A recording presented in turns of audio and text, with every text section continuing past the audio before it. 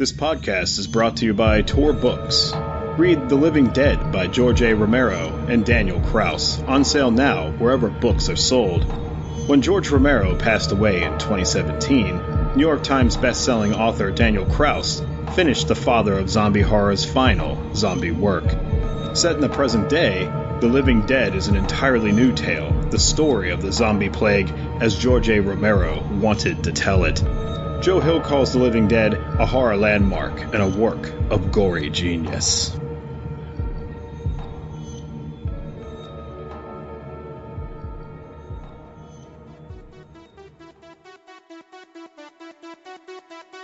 Excelsior, true believers! You are about to embark upon a journey, a trip to the 70s and 80s when mighty Marvel Comics ruled over all.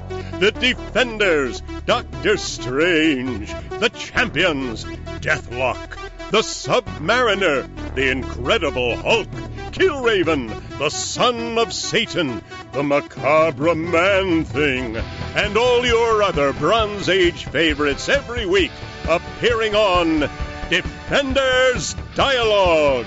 Now here are your guides, Christopher Golden and Brian Keene. Excelsior, true believers. Excelsior indeed. Welcome back once again to Defenders Dialogue. Chris, good to be here with you as we wrap up our coverage of Marvel Comics Adventure into Fear. For now. Because we may get over to Morbius eventually. I think we're definitely going to get to Morbius eventually. I'm waiting for something happened with that Morbius omnibus that Marvel published. I did order it, but apparently there was some shipping issue having to do with all the delays with COVID. Some people have gotten it already. I'm still waiting for mine. I do have the original issues, of course, which I'm looking forward to receiving, but I'm still looking forward to receiving that omnibus. Well, I want to start, Brian, by talking about. So this is the last two issues of Man-Thing's run in Adventure into Fear, and then 2 episodes from now, we're going to get into, and you'll explain that in a second. We're going to get into the Man-Thing ongoing series. We're going to end on a cliffhanger. That's right. Because at the time that this happened, Gerber had no idea that it was launching into Man-Thing #1. It's a terrible place for them to have started Man-Thing #1. They should have gone one more issue into Adventure into Fear. And then the last thing I want to say as preamble here is today's episode has for me what I like the best and what I like the least about Steve Gerber's writing. Huh. And this run. Well, I can't wait to hear that. So go ahead. Adventure into Fear 18. Yeah, Adventure into Fear 18, of course, written by Steve Gerber. Our artist is still Val Merrick. The inker this time is Sal Trapani. And we open. Is it Trapani? Trapani, yeah. Okay, well, there we go. We open with a car on a Florida highway at 1 o'clock in the morning on the night of a summer storm. And the driver of the car, who Gerber tells us is Ralph Sorrell, he's had a little too much to drink, and now his wheels just won't stay in the lane, will they, Chris? They certainly won't. This is a really interesting issue. There's a lot of toxic masculinity in this issue. But yeah, the Man-Thing is observing. He's drawn by, the chaos here. Within the Man-Thing, Gerber tells us, there wells a kind of loathing, and he wonders why he feels this loathing as he watches Ralph Sorrell, I think that's his name you said, driving, he's a salesman, it says. And then we see an imminent crash, Brian. That's right. There's a bus heading towards Ralph, or perhaps Ralph is heading towards the bus. There are over 50 passengers on the bus. We're introduced to 2 of them, a girl named Mary Brown and a soldier named Jim Arsdale. And then, of course, what happens. Well, I want to interrupt you. I'm sorry. We're introduced to 4 of them. Yep, I'm sorry. The Val Merrick did a great job here with the splash pages. But I didn't catch that. Yeah. So we have Mary. We have the soldier named Jim. We have a guy named Holden Crane, which has got to be a nod to Holden Caulfield. And then we have a sleeping kid named Kevin Kennerman. And then we have the accident. The drunk Ralph slams headfirst, nose to nose, into this bus, and both vehicles go flying off the bridge into the swamp under the watchful eye of the Man-Thing. That's right. That's right. Now, keep in mind, this is the early 70s. The 80s brought us Mothers Against Drunk Driving and things like that. But, again, say what you will about Gerber. He's always going to be my favorite comic writer. But here he was again tackling social issues, at the time a very progressive issue in the medium of comic books, which were seen as something for children.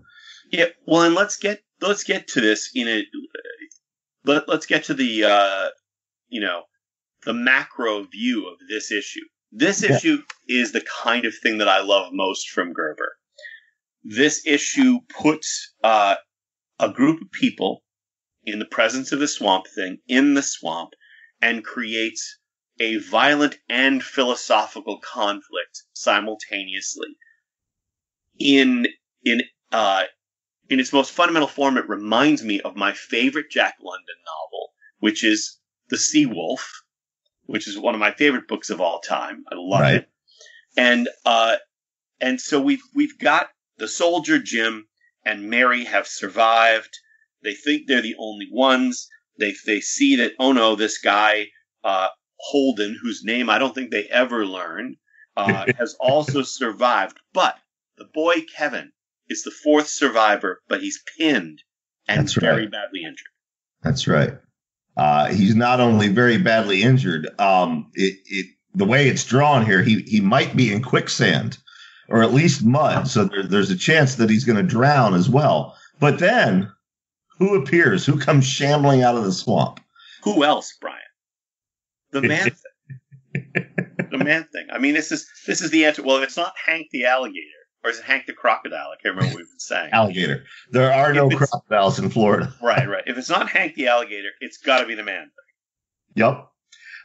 Now, interesting, this monster comes shambling out of the swamp, but none of these people know fear. Perhaps they're all in shock from the crash, but, the Man-Thing lifts up the kid, rescues him. The kid doesn't burst into flame. And then the soldier points out, I don't think he means us any harm. Whoops, Brian forgot to mute his phone. There we go. Well, the other thing about this moment is we do see that Gerber seems in this couple of issues to have abandoned the idea that those who are fearful cause the Man-Thing to attack. Right. I think we need to leave that element of the Man-Thing behind because it would, it's a story trigger that would be problematic, and I mean, but by problematic, I mean from a narrative perspective, everyone's going to be afraid when they see him, and rather than it's like having to come up with reasons why characters' cell phones don't work in modern horror movies. You've got to continually come up with reason after reason why a character isn't afraid to trigger the Man-Thing's, fear response. Right. So he does seem to have abandoned it, which I think is fine. Yeah. So the monster, the Man-Thing hands the injured boy to Mary, and then he goes, shuffling back off into the swamp. And what happens then, Chris? Well, then we start to have the beginning of the philosophical arguments that go on. They had asked Holden for his help in rescuing the boy and lifting the thing up before the Man-Thing appeared, and Holden had refused, and he now says he refused on philosophical grounds because he is opposed to life. He appears to be a nihilist in this sense, but then he starts going after the soldier, and he rides the soldier on and on in these pages about his service in Vietnam and saying that he killed babies and all of the things you would have in this era as the way someone like Holden would talk about a soldier who had returned from Vietnam. Right. But then they find that our drunk driver is also still alive. That's right. And so Mary helps him out of the wreckage, and Jim, the soldier, thinks that the driver should die. Yeah. He killed 50 people on that bus. Yep. He lays into the drunk driver. Mary's trying to get them to stop fighting. Holden's in the background talking about how this is the whole establishment in a microcosm. One guy drunk on power, the other on alcohol. Yeah. I mean, they're drawing the man's attention. This could be a tweet in 2020. Right. Also, this moment where Mary's helping the drunk guy, and he says, "Thanks, girlie. I won't forget this." And she says, "It's Mary, not girlie, please." Yep. That could be an exchange at pretty much any convention, Brian. That's right. So, yeah, they decide that they're going to have to get the kid to a doctor. But the nearest town is 40 miles down the highway. So the soldier takes the kid from Mary and starts carrying him. He tells the others, "You can follow or stay. I don't care." Yeah. Well, Jim says there is someplace closer where he grew up on the other side of the swamp, and he can lead them there, but it's not going to be a picnic. And and he looks at Holden and says, "Do I hear any objections, punk?" So we have these guys, and they're again, Holden keeps riding Jim. Jim takes the kid, the unconscious, injured boy. But the argument keeps going. We find out that Mary is a nurse. The punk Holden accuses Mary of being cold. So we keep getting this argument happening that what's his name, Ralph, is a drunken murderer. So basically, each one of these guys is less than admirable in their way, right? And then we have the appearance. What's the name of the giant snake, Brian? I can't remember. What I was just thinking that. What did we name the snake? I don't know. We named the alligator after our dear friend Hank Wagner. I don't remember what we named the snake. We'll call him Jim. Let's name it Jim, or I was going to say Charles. Let's name it after Charles Rutledge. We haven't given him a spot yet. So yeah. So the giant snake, Charles, goes to attack Mary. This Man-Thing arrives just in time, grabs the snake, and just beats it against a tree until it's either dead or unconscious. But for a moment, the Man-Thing stands gazing at the lifeless coil of Charles, as if in mourning. And then he shuffles away. He takes off. The argument continues. But then Jim, the soldier, identifies himself to them. Mary hasn't heard of him, but Ralph, the drunken driver, knows who he is. And I can't help thinking, Brian, that even though we don't get a retelling of whatever Jim did, that this is a reference to a case like the case of the My Lai massacre and Lieutenant William Calley. Oh, absolutely. Vietnam. Absolutely it is. The implication is that he was in the news for having done something awful in the war. Yep. And he was a prisoner in Hanoi for 4 years. Right. He was a POW. Now he's back. Holden starts calling him a war criminal, accusing him of dropping bombs on women and kids. He and Jim begin to fight, but Holden won't fight back. He's a pacifist to the extreme. Yep. And then the others break up the fight. And it goes on. The debate goes on. Well, and I just wanted to say again, we come to this it seems to be almost every episode in reference to our Comicsgate folks. This is Holden's screed about why he hates life. He says, it's not me. It's not just me. It's our whole blasted country. We all hate life. Take Soldier Jim here. He just came back from a war of attrition. That's where the whole fight is, to see which side can kill more people. It's sick. Here at home, we dump chemicals into our waters, poison the fish, then we eat them and poison ourselves. That's suicide. But it's also our way of life. We really are out to destroy ourselves. Then he turns on Ralph about alcohol and the way it destroys brain cells. And again, I mean, a lot of this could be dialogue in a comic book today. It could. Absolutely, it could. So while they're debating, Mary points out, hey, this little kid is dying. Yeah. they take By the off. way, while you all wave your dicks around in some kind of contest, this kid may be dying. That's right. But the man thing is following them. We then transition to the Kale farmhouse where Jennifer and Jackson are on the porch saying goodnight. Jackson, of course, no longer possessed by Thog, the nether spawn. And as Jackson's leaving, Jennifer suddenly screams. And her grandfather runs out. He says, what's wrong? And they're trying to figure out. They don't know. But we'll find out next issue, Chris. We will, and then I'll be sad. So basically, our group of swamp wanderers sees a shack in the distance. They don't realize it, but it's the beginning of the camp for F.A. Schist's company. And in that moment, our drunk driver, Ralph, pulls a gun, which I don't know why Ralph, has a gun. But he pulls a gun on them because he cannot afford to let them live. He's responsible for the deaths of 50 people on that bus, and now he has to murder all of these witnesses, otherwise he'll go to jail for the rest of his life. That's right. Now, he has no problem shooting Holden. He tells Holden, you're filthy commie scum, you deserve to die for running down this country. Bam!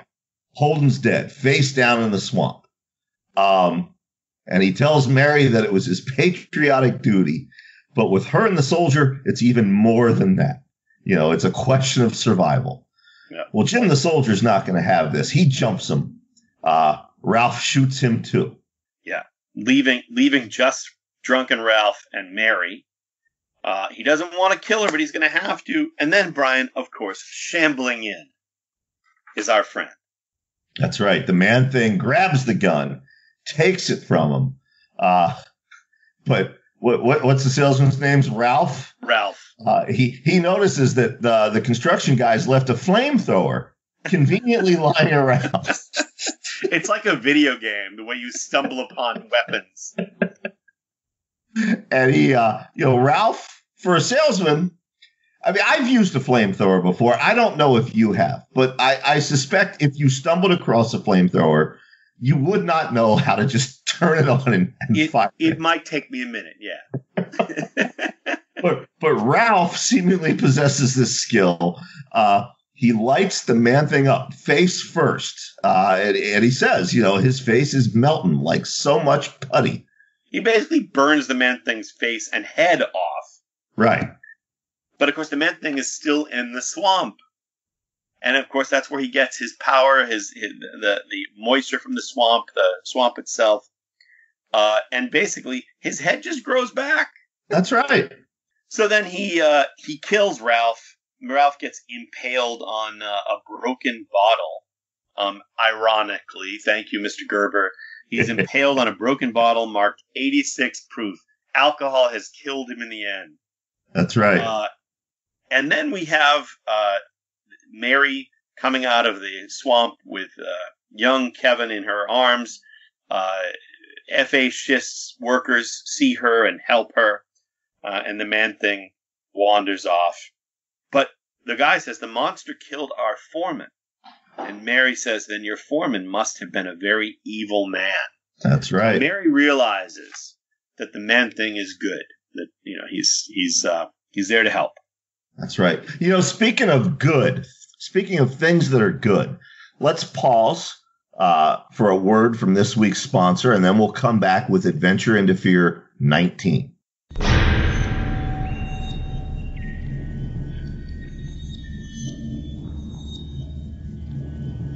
This podcast is brought to you by Tor Books. Read The Living Dead by George A. Romero and Daniel Kraus, on sale now wherever books are sold. When George Romero passed away in 2017, New York Times bestselling author Daniel Kraus finished the father of zombie horror's final zombie work. Set in the present day, The Living Dead is an entirely new tale, the story of the zombie plague as George A. Romero wanted to tell it. Joe Hill calls The Living Dead a horror landmark and a work of gory genius.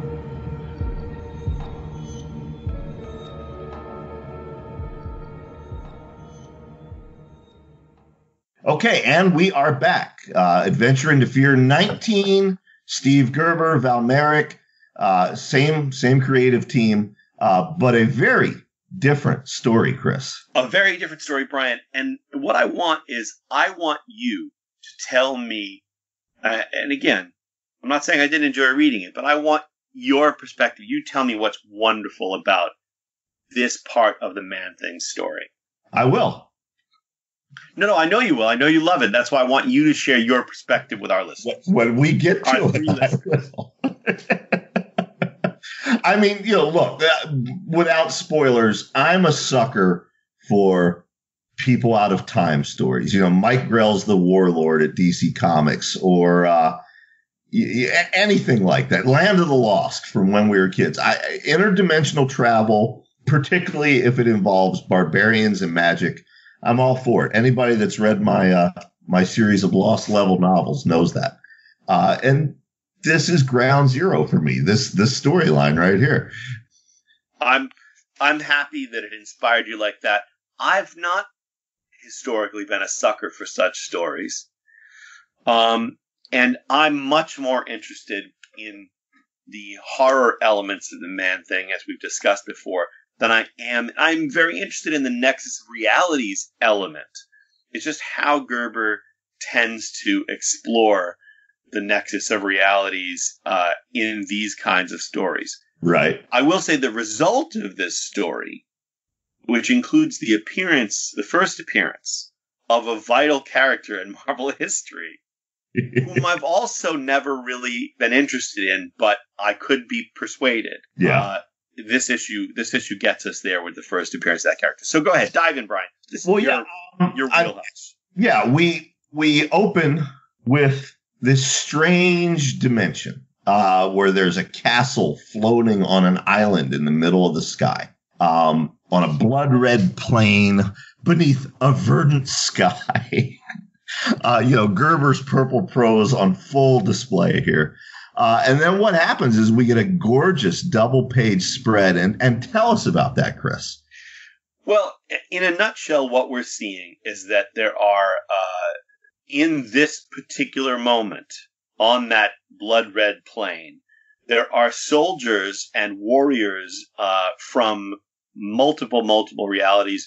There are flying bombs, biplanes, all kinds of armies from everywhere. And there's this essentially melee, this free-for-all going on as they all fight to try to kill each other. But they're really there, Brian. And by the way, the Man-Thing is there to witness it. They're really there with one target in mind. And that target comes walking down a light bridge that beams itself down from that castle in the sky. That's right. And we know that target. She is Jennifer Kale. Jennifer Kale in her sorceress bikini. That's right. In her full Valkyrie-esque attire. Yes. And she sees her friend, the Man-Thing, and she takes him by the hand and she says, I know you don't understand this or my words, but try to feel what I'm saying, because she knows he's an empath. You must come, hurry to safety, and try to remember I'm your friend. And we then get the introduction of, because this issue introduces two supporting characters to the Man-Thing. One of whom will become very famous, and one of whom will be forgotten in the mists of comic book time. Not forgotten by me. I know. He's my favorite Marvel barbarian. And that is, of course, Korrek, the barbarian. He says, he sees Jennifer and it says, it's the witch girl, and she's stolen the spoils of this bloody combat after her. And he tells his barbarian hordes to follow them, and they go chasing off after Jennifer and the Man-Thing. Except that she makes this light bridge vanish behind them, so that all of the other warriors fall to their doom, basically. And Korrek says, their bodies will burst like blood-filled grapes on the rocks below. I wish we'd seen that panel. Except Korrek actually makes it, and then he's facing off against Jennifer, and he actually goes right through the Man-Thing and is about to kill Jennifer when she wakes screaming in her own bed at home. That's right.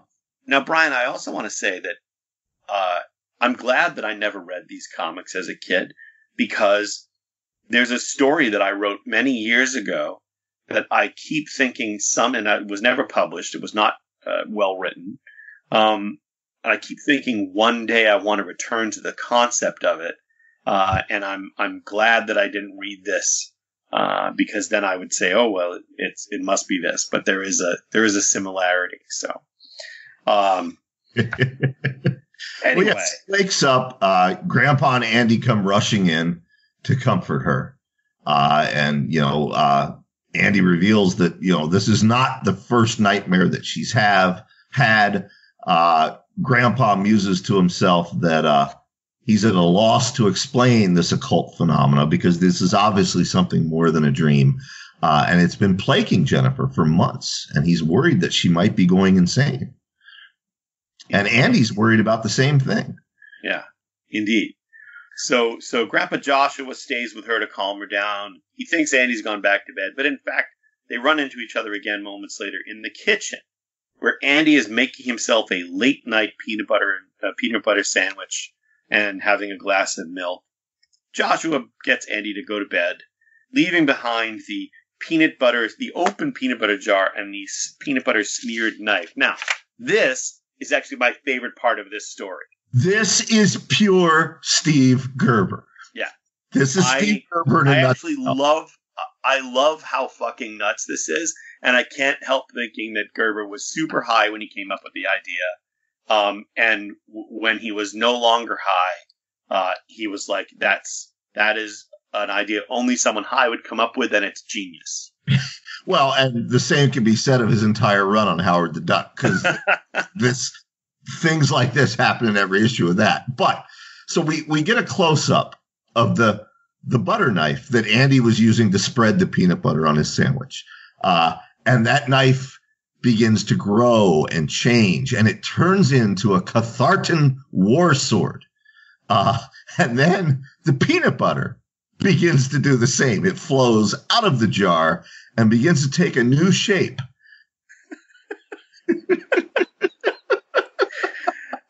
Let's just cover that again. The peanut butter extrudes itself out of the jar and builds itself into a humanoid mass of peanut butter, and then slowly becomes Korrek, warrior prince of Catharta. That's right. I just can't, Brian. I mean, I'm not joking when I say this is my favorite part. I was like, I love that. I love that. It's one of those things that it's just like, yeah, of course it does. And knowing my love of bizarro fiction, you don't see how this appealed to me as a kid. No, of course. I'm not kidding. I love this part. Anyway. So yeah, a somewhat puzzled barbarian. Well, remember, by the way, you may not have ever read my novel Strangewood. I have. In my novel Strangewood, there's a character called the Peanut Butter General. Who, and this is a spoiler, but basically, who turns out to be a dead guy. Mm-hmm. Essentially animated because he's covered in basically living peanut butter and filled with bees. So I didn't read this, but it would be appropriate had I read it because, anyway. But I will say this is a total tangent. The creation of the peanut butter general came from my son Nick when he was really little, and I used to eat peanut butter Captain Crunch. Right. And he didn't know the name of it, and he was trying to express it to me, and he said the peanut butter general. And I was like, peanut butter general, that's fucked up. What's that like? And that inspired me to create that character. Anyway. Right. Korrek goes charging up the stairs, finds Jennifer's bedroom, smashes in. He's about to kill her. By the way, I want to point something out. You'll notice here how Korrek's sword glows. Yes. Okay. Years later, Steve Gerber and Jack Kirby would create a popular Saturday morning cartoon called Thundar the Barbarian. And they would say that everybody said that Thundar's fabulous sun sword was a knockoff of the lightsabers from Star Wars. It was not. This comic was published long before Lucas's Star Wars hit the screen. And already we see the sun sword here in the hands of a barbarian. So that predated Star Wars. And there's your proof right there. But anyway, as Korrek goes to attack Jennifer, she escapes. Andy and Grandpa Josh come in and they see this barbarian plunging out the window after Jennifer, or so he thinks. But then you find out that Jennifer was actually hiding in the room. The three of them watch him tear off across the swamp. And then another supporting character who we know and love appears. And who is that? Well, who we know and you love. And it's Dakimh, the enchanter. The Merlin of our story. I'm going to sum up this scene, which is Dakimh shows up. They remind us because Dakimh is a guy who basically says he's going to help, and then the moment trouble arrives, he disappears and leaves people, in the lurch.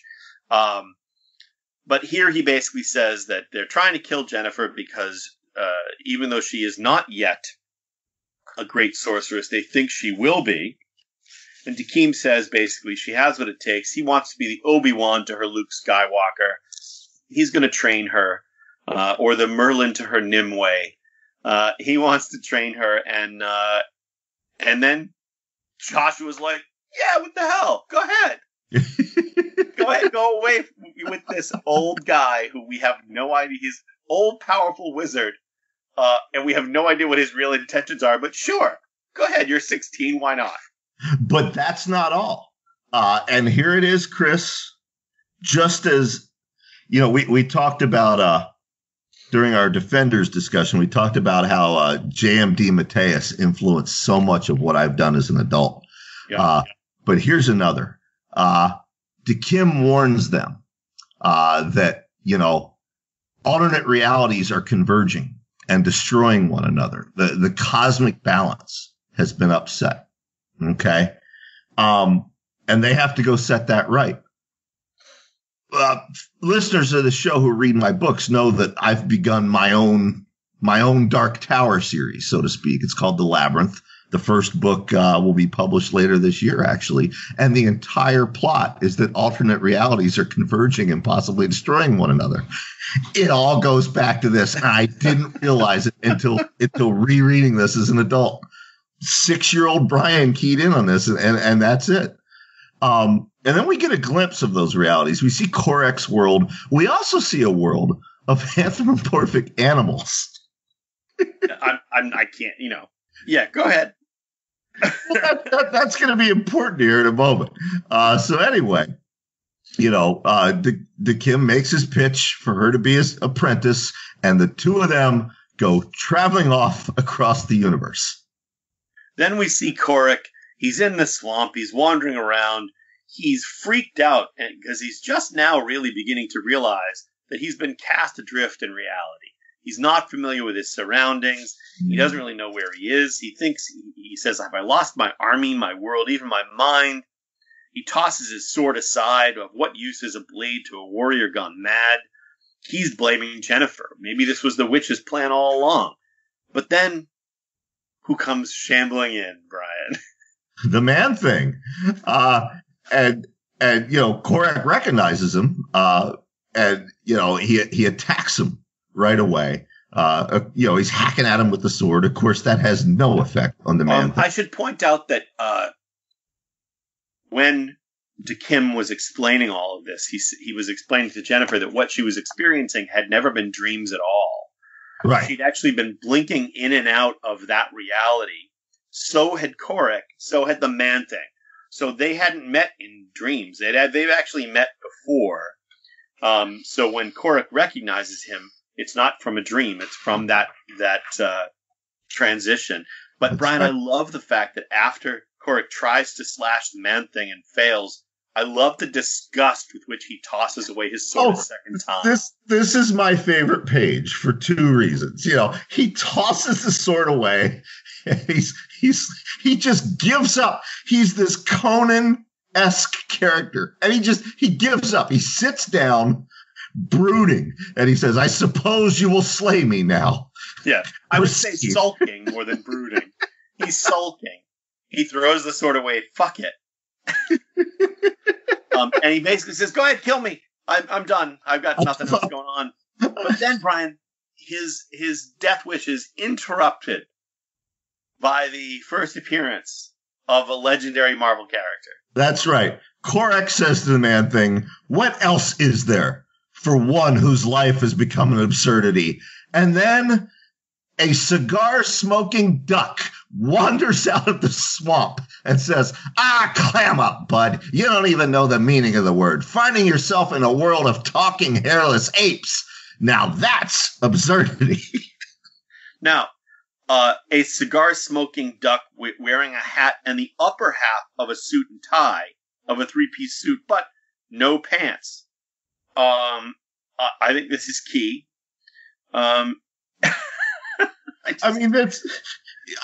Dungeon Master's listening in the background. Dungeon Master, if I say cigar-smoking duck, do you know who I'm talking about? Yes, I do. Who is it?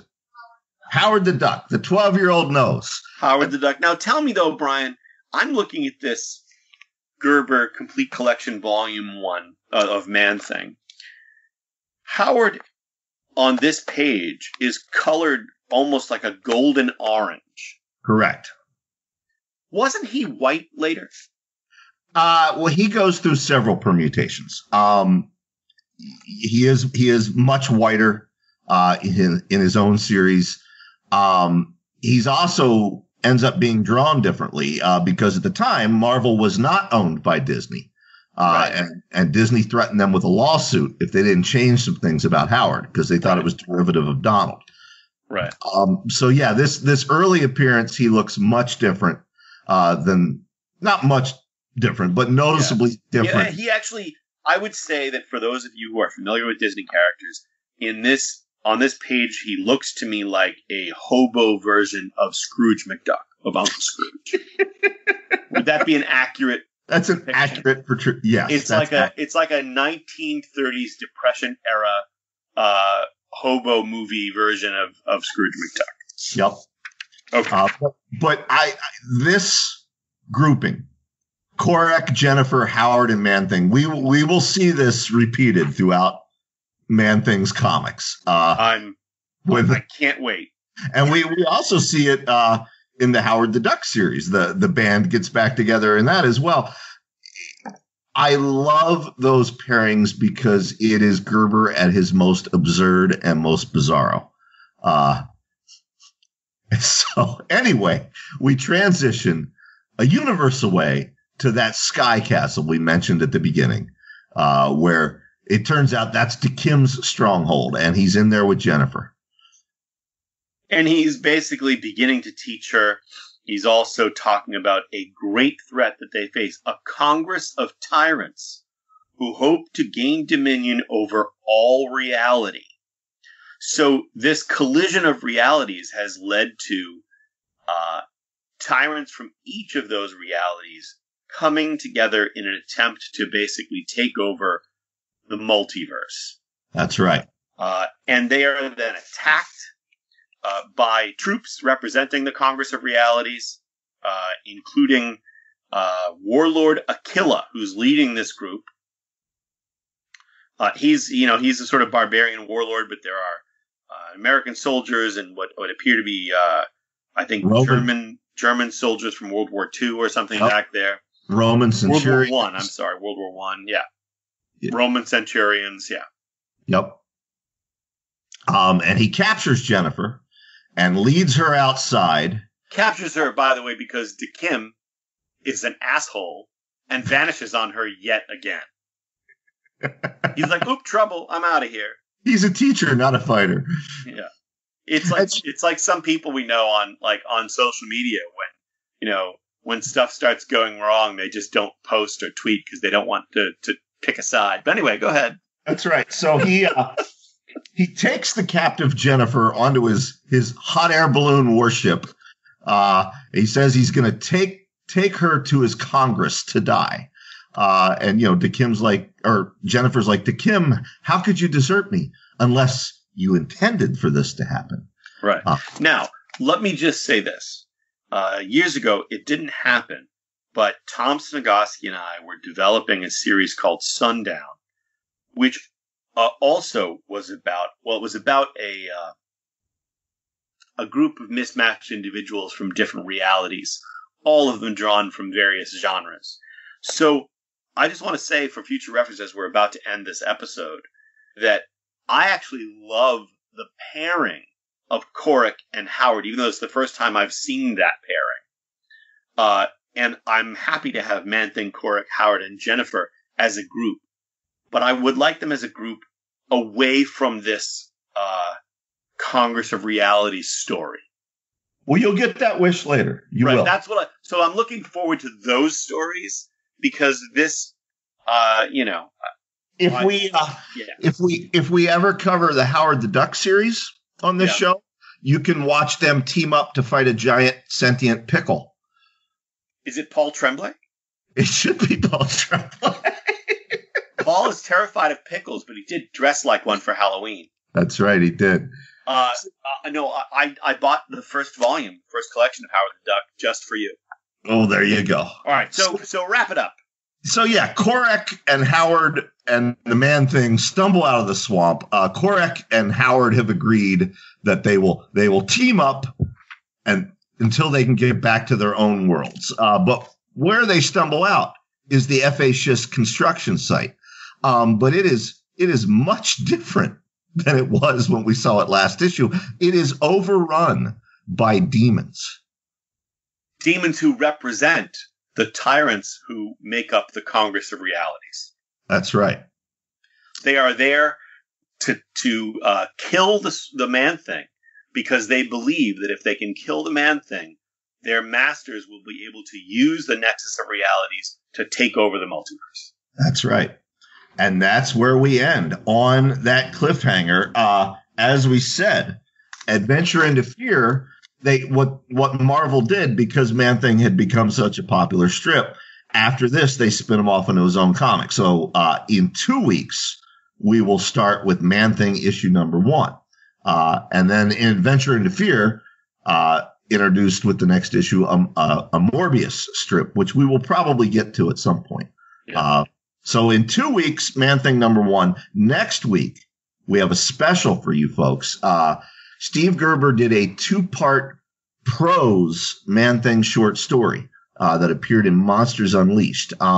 Next week, because our engineer, Matt Wilderson, is on vacation, I'm going to record a special episode focusing on that short story.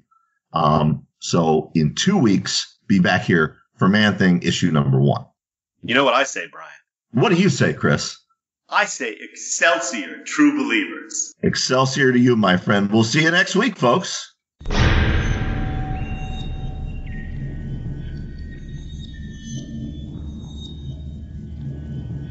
This podcast is brought to you by Tor Books. Read The Living Dead by George A. Romero and Daniel Kraus, on sale now wherever books are sold. When George Romero passed away in 2017, New York Times best-selling author Daniel Kraus finished the father of zombie horror's final zombie work. Set in the present day, The Living Dead is an entirely new tale, the story of the zombie plague as George A. Romero wanted to tell it. Joe Hill calls The Living Dead a horror landmark and a work of gory genius.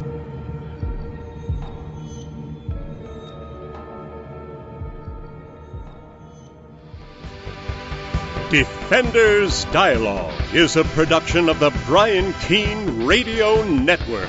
You can listen to this episode and all previous episodes for free on Spotify, Apple Podcasts, Stitcher, YouTube, Google Play Music, and wherever else podcasts are available.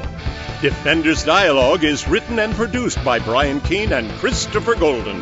Our theme music is by Xander Harris. Our engineer is Matt Wilderson. Check out his books on Amazon.com. If you enjoyed this show, you might enjoy our other podcasts, The Horror Show with Brian Keene, Cosmic Shenanigans, and Grindcast. To advertise on Defenders Dialogue, visit briankeene.com and click Podcasts.